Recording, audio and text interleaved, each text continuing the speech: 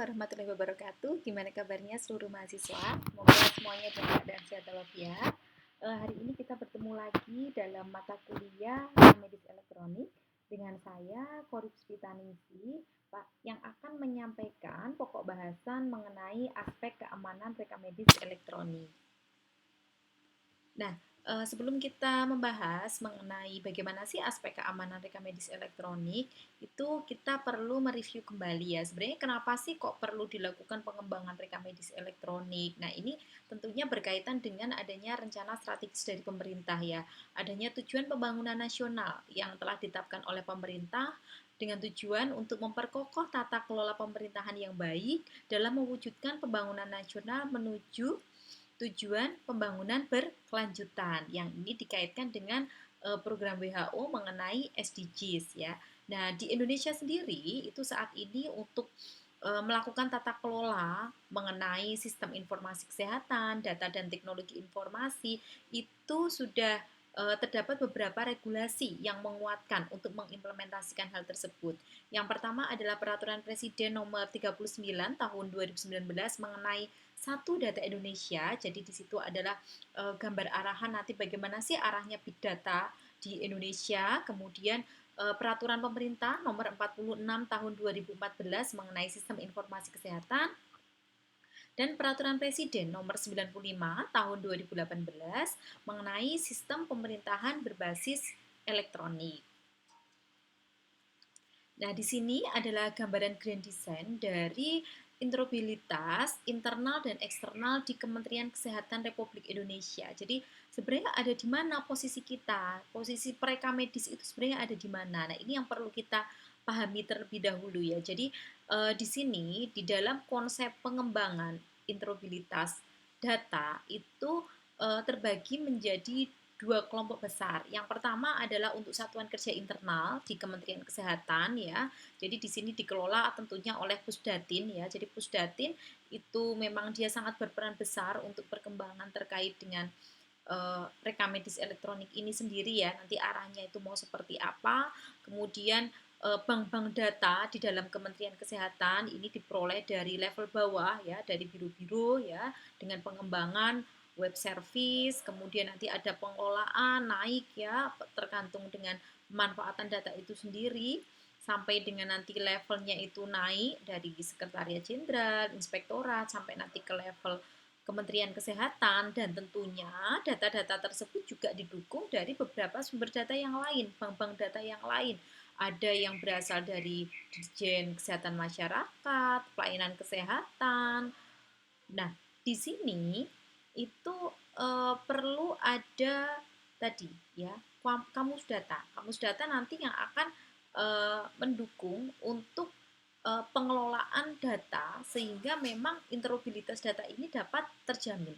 Kemudian untuk interoperabilitas data antar Kementerian Kesehatan dan jajaran ataupun unit-unit lain di bawah kementerian. Nah, ini ada beberapa hal yang saling terkait ya. Jadi kita itu di PMIK ya, PMIK itu sebenarnya dia juga sebagai orang yang berperan dalam keberhasilan ini. Di mana posisi kita ya? Posisi kita ada di sini nih.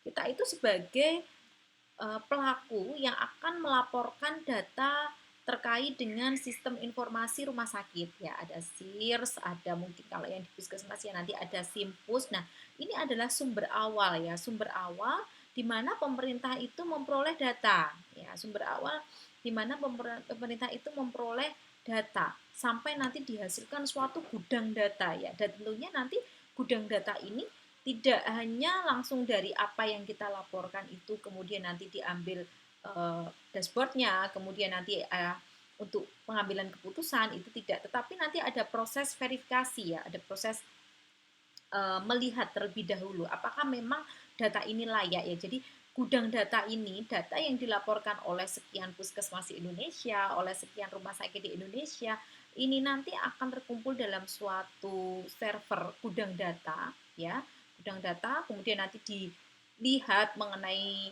data agregatnya ini apakah perlu dilakukan cleansing atau tidak. Kemudian kalau memang yang ini tidak valid ya berarti akan dilakukan cleansing, kalau misalnya tidak ya berarti dia akan masuk ke gudang data valid. Kemudian nanti ada peran dari integrator untuk menyampaikan ke gudang data nasional. Nah, inilah nanti yang akan dijadikan sebagai dashboard profil kesehatan di Indonesia ya. Jadi tidak serta-merta semuanya itu langsung nanti ditarik menjadi suatu laporan ya, laporan dashboard di kementerian itu tidak ya, tetapi memang ada proses verifikasi dan proses cleansing. Kemudian di dalam program tadi untuk menjamin interoperabilitas data itu ada inisiasi kebijakan mengenai satu data kesehatan. Nah, ini yang baru ya, yang baru yang memang mulai digalakkan oleh pemerintah, di mana kebijakan satu data kesehatan ini bertujuan untuk perbaikan proses pengumpulan data melalui kegiatan standarisasi. Bu, standarisasi seperti apa yang dimaksud ya? Standarisasi data. Contoh misalnya kita membahas mengenai data demografi pasien, mengenai jenis kelamin contohnya. Jenis kelamin ini ketika tidak kita standarkan, maka di rumah sakit maupun di puskesmas itu akan membuat coding yang bervariasi. Ada yang laki-laki, perempuan ya, LKPR mungkin ya. Ada yang satu untuk laki-laki, dua untuk perempuan. Ada yang mungkin PR sama W, P sama W. Kalau P itu pria, kalau W itu untuk wanita. Nah, variasi data seperti itulah yang perlu distandarisasikan sehingga memang nanti ketika semua data yang ada tadi ya, yang ada dari Simpus, yang ada dari SIRS ini kita gabungkan menjadi satu di dalam gudang data, maka dia nanti akan menjadi suatu data yang layak dan terstandar. Kemudian yang kedua adalah berbagi data ya, jadi data sharing melalui interoperabilitas data. Ketika data itu sudah memiliki standar yang baik, bahwa data itu dinyatakan suatu data yang valid, maka akan memiliki nilai guna yang lebih ya, sehingga memang data sharing ini juga bertujuan untuk memperkaya sebenarnya mau dibawa kemana nih nanti sebagai salah satu pertimbangan lah ya, salah satu pertimbangan bahan pengambilan keputusan pemerintah. Kemudian yang ketiga adalah pemanfaatan data yang mendorong pengambilan keputusan berdasarkan bukti akuntabilitas kinerja. Ya, jadi bahwa memang data yang disampaikan itu mampu menggambarkan seperti apa sih sebenarnya akuntabilitas dari kinerja di fasilitas pelayanan kesehatan itu. Nah, sekarang itu di Indonesia sudah banyak ya, sudah banyak startup dan aplikasi yang dikembangkan oleh pemerintah seperti Alu Dokter, Sehatpedia, BPJS Kesehatan ya. Itu sudah mulai mengembangkan banyak aplikasi. Kemudian pertanyaannya bagaimana cara menjamin keamanan datanya? Ya.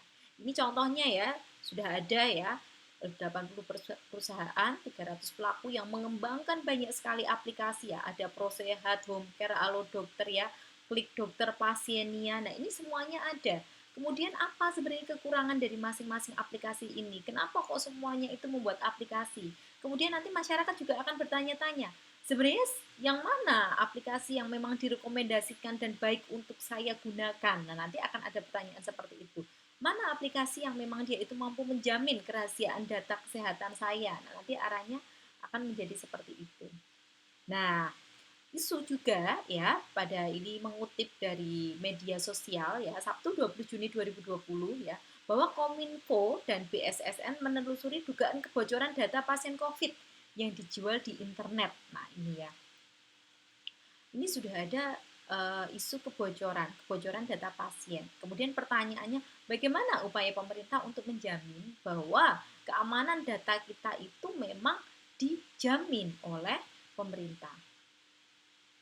Nah, selain itu ya, ada tuntutan lain bahwa rekam medis elektronik ini sudah diangkat menjadi suatu indikator kinerja terpilih tahun 2020 baik di rumah sakit umum maupun di rumah sakit khusus. Jadi kalau tadi kita itu membicarakan mengenai apakah memang sudah waktunya kita mengembangkan ketika memang keamanan data itu sendiri belum bisa terjamin, tetapi di satu sisi sudah ada tuntutan untuk rumah sakit itu mengimplementasikan rekam medis elektronik, bahkan ini diangkat menjadi indikator kinerja terpilih ya, di mana memang di sini nanti bisa kita lihat ya bahwa yang dimaksud dengan rekam medis elektronik di sini ya itu adalah rekam medis yang dibuat dan disimpan dalam bentuk digital. Ya, jadi ini sudah cukup jelas ya.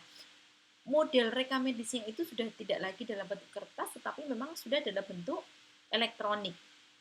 RME terdapat di semua pelayanan ya, rawat jalan, rawat inap, lab, farmasi, IGD, radiologi, dan terintegrasi lengkap, itu dapat nilai 100. Kalau dia RME-nya itu di pelayanan, ada di rawat jalan, rawat inap, lab, farmasi, IGD, radiologi, namun belum terintegrasi, IKT-nya nanti nilainya hanya 75.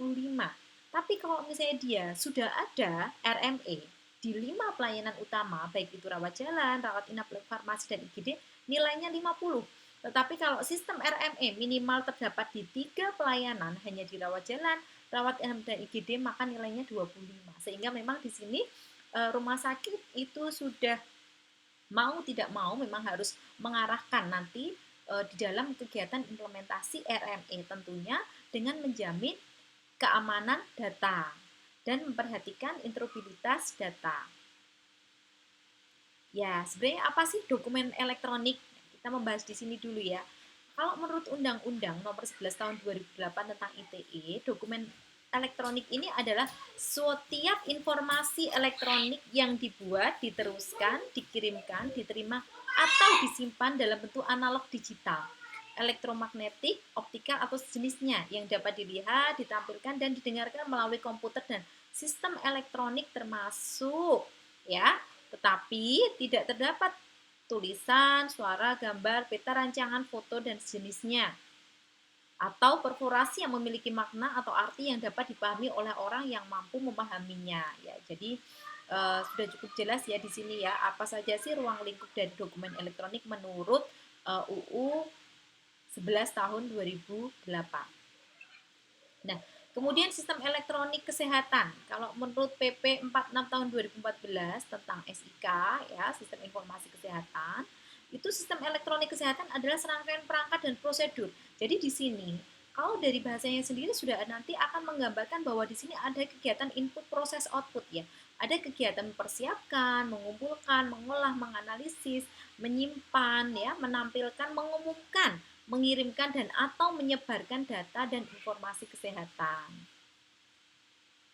Ya, selanjutnya apa yang disebut dengan keamanan data? Ya, keamanan data adalah upaya untuk memastikan data yang disimpan aman dari korupsi dan memastikan bahwa akses hanya digunakan oleh yang berwenang. Ingat ya, prinsip inilah nanti yang akan kita pegang di dalam pengembangan rekam medis elektronik, bahwa dia yang berhak untuk mengakses informasi di dalam rekam medis tersebutlah yang memang diberikan hak akses untuk melihat, membaca maupun mengakses ya informasi di dalam rekam medis. Kemudian tujuannya dari keamanan data ini adalah untuk melindungi data dari ancaman yang disengaja maupun tidak disengaja terhadap akses dan integritas.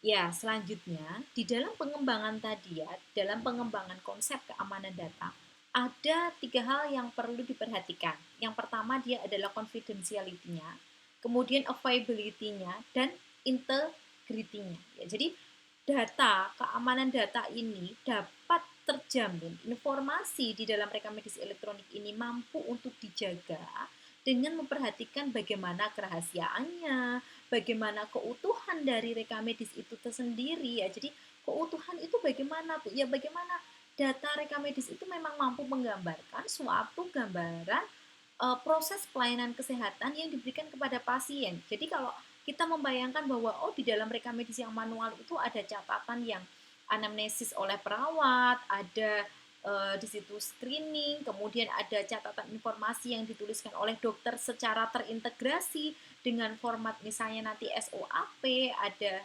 ringkasan pulang atau discharge planning, discharge summary, semuanya tergambar di situ, termasuk nanti di situ ada laporan operasi. Nah, itulah yang menggambarkan keutuhan di dalam rekam medis elektronik ya. Jadi makanya kalau tadi ada IKT, dia menilai sampai ke prosentase ya wajar. Karena memang seharusnya data ini utuh, tidak hanya di rawat jalan, rawat inap, dan IGD aja ya, tapi benar-benar mampu menggambarkan suatu proses pelayanan yang diberikan kepada si pasien. Dan tentunya dia tersedia ya, availability ya. Jadi informasinya itu memang ada, mudah untuk diakses, bisa diakses ketika dibutuhkan, minimal seperti itu. Jadi memang ada beberapa hal dan beberapa strategi yang memang perlu kita siapkan ketika kita mengembangkan rekam medis elektronik dan untuk menjamin keamanan data RMI. Nah, saat ini ya, banyak serangan-serangan yang terjadi ya. Serangan-serangan untuk merusak terkait dengan keamanan data itu ya. Itu ada beberapa seperti social and phishing, malware ya. Kemudian bisa juga nanti kita juga membuat suatu konfigurasi password ya. Jadi kalau misalnya Bu nanti ada dokter yang mau mengakses ya. Kalau dokter mau mengakses itu dia masukkan dulu tuh password. Ini yang paling mudah, yang paling umum ya. Jadi di sini password yang sudah kita buat itu belum tentu juga ya itu nanti aman karena saat ini juga ada serangan dia yang memang menyerang password ya, dia menyerang password. Kemudian ada juga yang memang serangan itu berupa serangan smart and mobile hacking. Ya, jadi aplikasi berbasis mobile ini juga sudah mulai cukup ya, cukup untuk diserang ya, walaupun mungkin memang dia juga available ya untuk aplikasi Android maupun aplikasi iOS ya, tetapi memang ya saat ini seperti itulah ya, seperti itulah. Banyak serangan-serangan yang terjadi pada waktu kita mengembangkan aplikasi dan tentunya di sini tujuannya adalah untuk membocorkan data, ya, membocorkan data, melepaskan data yang memang tidak sesuai dengan hak aksesnya, sehingga memang serangan-serangan yang memang saat ini terjadi, isu-isu seperti inilah nanti yang perlu kita buatkan strategi, tentunya didukung dengan regulasi dari pemerintah. Nah, kebijakan tadi ya berkaitan dengan regulasi, berkaitan dengan kebijakan terkait dengan pengamanan data pribadi yang saat ini memang sudah dibuat oleh pemerintah Indonesia itu ada pada Undang-Undang Nomor 11 Tahun 2008 tentang ITE, UU 29 Tahun 2004 tentang praktek kedokteran, PP 71 2019 tentang PSTE. Kemudian ada juga Permenkominfo 20 tahun 2016 tentang perlindungan data pribadi dalam sistem elektronik. Kemudian Permenkes nomor 1 tahun 2015 tentang informasi yang dikecualikan.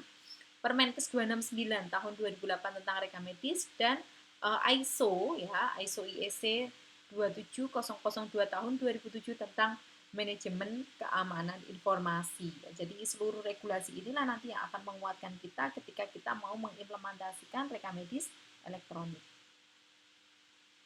Nah, ini beberapa nanti penjelasan ya mengenai perlindungan data pribadi yang terdapat pada pasal 1 bahwa data pribadi itu adalah setiap data tentang kehidupan seseorang baik yang teridentifikasi maupun yang dapat diidentifikasi secara sendiri atau dikombinasi dengan informasi lainnya baik secara langsung maupun tidak langsung melalui sistem elektronik dan non elektronik. Kemudian ada juga data sensitif termasuk di sini salah satunya adalah data kesehatan ya. Jadi di sini ketika kita sudah mengetahui bahwa posisi rekam medis elektronik itu merupakan suatu data pribadi yang sensitif, ya tentunya kita harus lebih care ya. Kita harus lebih tahu bagaimana nanti cara mensiasati, cara menyusun pengembangan rekam medis elektronik supaya nanti kita bisa lebih menjamin terkait dengan keamanan datanya. Nah, di dalam UU 11 tahun 2008 tentang ITE, di dalam pasal 4 ini disampaikan juga bahwa pemanfaatan teknologi informasi dan transaksi elektronik ini dilaksanakan dengan tujuan untuk mencerdaskan kehidupan bangsa. Sebagai bagian dari masyarakat informasi dunia, mengembangkan perdagangan dan perekonomian nasional dalam rangka meningkatkan kesejahteraan masyarakat, meningkatkan efektivitas dan pelayanan publik, membuka kesempatan seluas-luasnya kepada setiap masyarakat ya untuk memanfaatkan teknologi informasi secara optimal dan tentunya dengan penuh tanggung jawab, memberikan rasa aman, kepedulian dan kepastian hukum bagi pengguna dan penyelenggara teknologi informasi. Ya, kemudian di dalam Undang-Undang ITE nomor 11 tahun 2008 ini juga ada beberapa pasal-pasal yang terkait ya. Bagaimana sih nanti ketika terjadi penyalahgunaan data ya, bagaimana nanti terkait dengan ancamannya ya, kemudian nanti terkait dengan penyadapan. Nah, ini sudah diatur juga di dalam UU ITE tahun nomor 11 tahun 2008. Nah, di dalam pasal 30 ini juga disampaikan ya, bagaimana ketika kita itu dengan sengaja ya, tanpa memiliki hak akses itu berusaha untuk mengakses informasinya. Ya, informasi yang tidak berhak itu ketika kita mengakses dengan sengaja itu seperti apa sih sebenarnya, ya? Melanggarnya itu nanti apakah memang ini apa namanya sudah diatur ya mengenai pasal-pasalnya ya. Kalau kemarin mungkin dokter, perawat ya, atau RMIK sendiri ya. Itu coba saya pengen membaca, misalnya seperti itu ya. Walaupun mungkin saya tidak berhak ya. Oh, saya pengen tahu tuh tetangga saya ya, ada yang periksa. Sebenarnya dia sakit apa? Nah, itu. Misalnya kita hanya mengakses seperti itu. Tetapi dilanjutkan dengan prosesnya, kita sampaikan ke orang-orang lain, ke masyarakat sampai akhirnya nanti orang tersebut tahu dan tidak menerima, kemudian menyampaikan gugatan. Nah, ini sekarang sudah dilindungi ya. Jadi hati-hati kita di sini sebagai PMIK ya yang tentunya jauh lebih mengetahui bagaimana sih terkait dengan cara pengaturan hak akses itu tentunya di sini justru kita nanti yang akan menjadi uh, orang yang pertama untuk menyampaikan kepada PPA ya pemberi asuhan pelayanan ya kan nanti kepada PPA maupun kepada komite medis nanti ketika mengembangkan RME itu kita atur terlebih dahulu sebenarnya sampai di mana sih hak akses dari masing-masing PPA ya supaya nanti ketika kita tadi kaitannya kita buatkan password ya kita batasi nanti otorisasinya ya kita batasi otorisasinya supaya memang secara sistem itu nanti mau mampu membatasi bahwa oh si dokter itu boleh mengakses semuanya misalnya seperti itu ya oh kalau misalnya nanti dari perawat kamar operasi ya nanti hanya berkaitan dengan formulir-formulir apa saja informasi apa saja yang bisa diakses nah itu nanti yang akan kita atur ya kita atur di situ supaya nanti ya tadi ya tidak ada yang melebihi dari hak aksesnya. Kemudian disampaikan juga bagaimana nanti terkait dengan akibat yang akan ditimbulkan ya di dalam UU ITE pasal 32 ini akibatnya seperti apa sih nanti ya kalau misalnya kita itu mengakses informasi yang bersifat rahasia ya. Nah, ini juga sudah disampaikan juga di sini. Kemudian di dalam pasal 35 ini juga setiap orang yang sengaja ataupun tanpa hak melawan hukum, melakukan manipulasi, penciptaan, perubahan, penghilangan, pengerusakan informasi elektronik dan dokumen elektronik dengan tujuan agar informasi elektronik dan atau dokumen elektronik tersebut dianggap seolah-olah data yang otentik. Nah, ini juga perlu diperhatikan. Ya, di sini juga diatur di dalam UU ITE nomor 11 tahun 2008 pasal 46 terkait dengan bagaimana sih nanti sanksi pidana yang akan diberikan ya. Jadi sepertinya sederhana ya, hanya melakukan pembocoran, hanya menyampaikan hal kecil tapi ternyata ya itulah ya karena memang rekam medis sifatnya rahasia yang merupakan suatu data yang sensitif ya memang harus lebih kita atur kerahasiaannya. Nah, di dalam UU nomor 29 tahun 2004 tentang praktek kedokteran pasal 47 ini juga disampaikan bahwa rekam medis ini adalah milik dokter ya, milik dokter, gigi dan sarana fasilitas pelayanan kesehatan.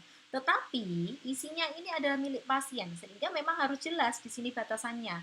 Kalau memang pasien itu ingin mengetahui apa isi rekam medisnya, bagaimana nanti prosedur pelepasan informasinya?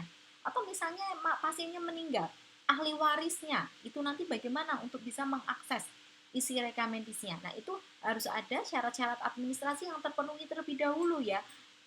Terkait dengan kegiatan release of information ini juga harus diperhatikan kita mengeluarkan informasi dari rekam medis elektronik ya itu juga perlu diperhatikan ya yang tentunya tidak lepas dari aturan di dalam UU 29 tahun 2004.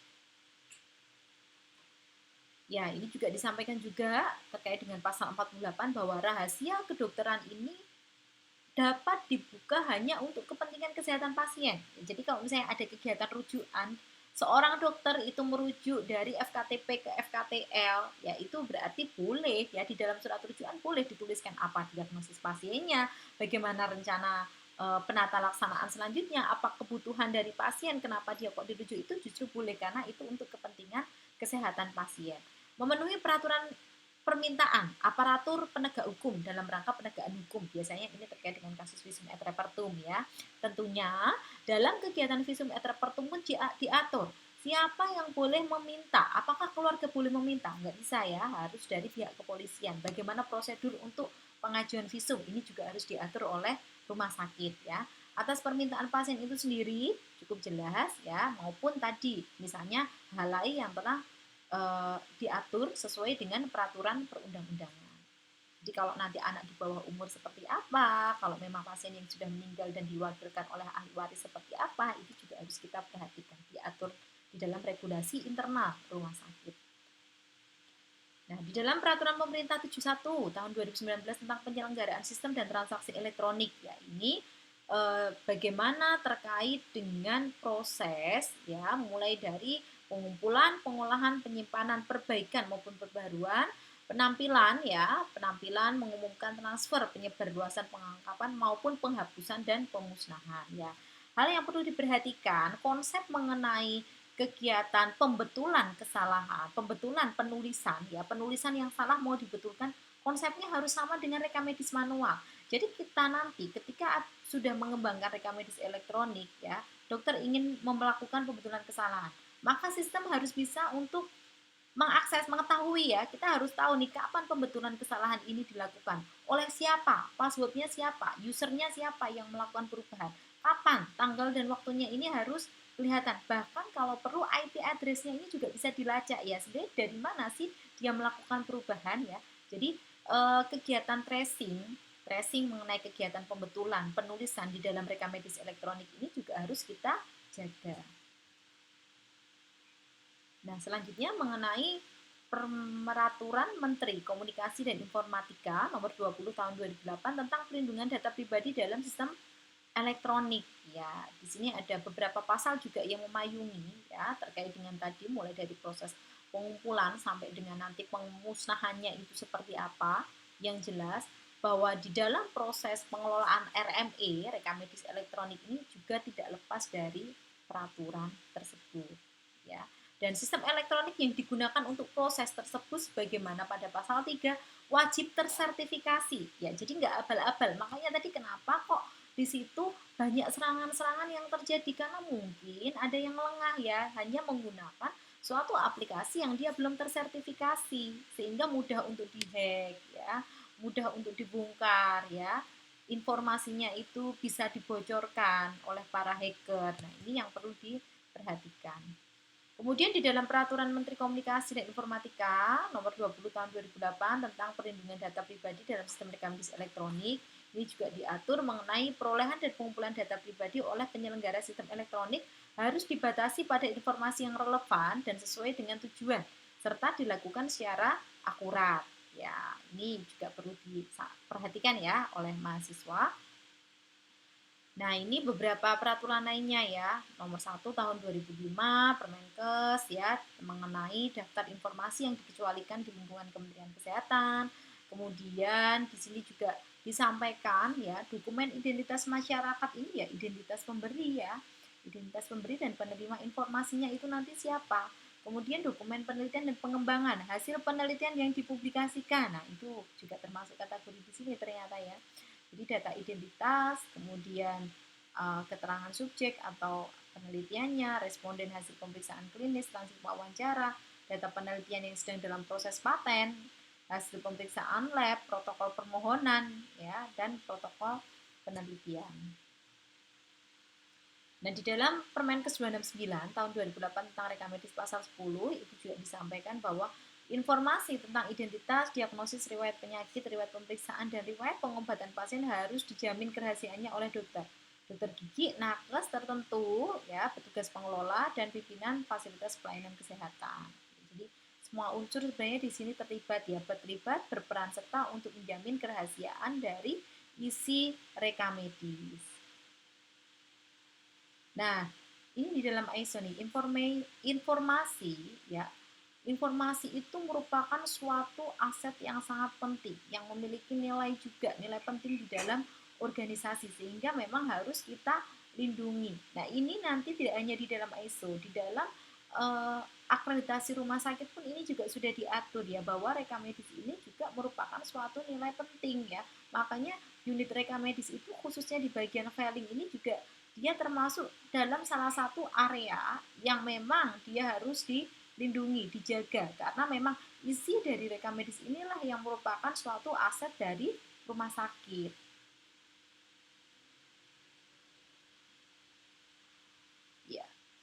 Ini salah satu contoh dari informed consent ya, informed consent terkait dengan program pendataan program Indonesia Sehat ya, PSIPK.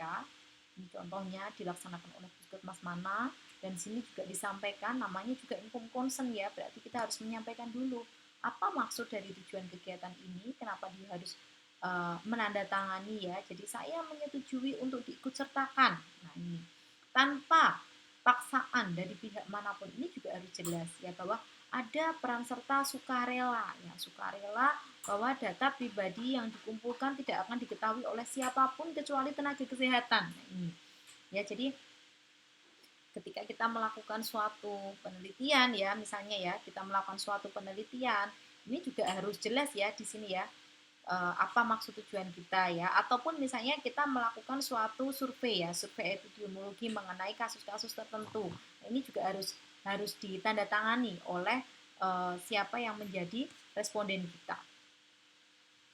Nah, ini adalah contoh lembar perizinan ya, lembar perizinan untuk akses raw data ya di suatu puskesmas. Jadi di sini ada nama, ada NIK, nomor telepon ya, HP, email, asal instansi atau jabatannya, dan apa tujuan dari penggunaan raw data tersebut. Jadi harus jelas ya. Misalnya kita ini kan biasanya memang digunakan untuk penelitian umumnya ya. Penelitian itu kalau dosen mahasiswa ini bisa menggunakan ini. Tetapi kita harus menyampaikan bahwa memang ya ini akan kita jaga keamanannya, kerahasiaannya ini akan kita jaga.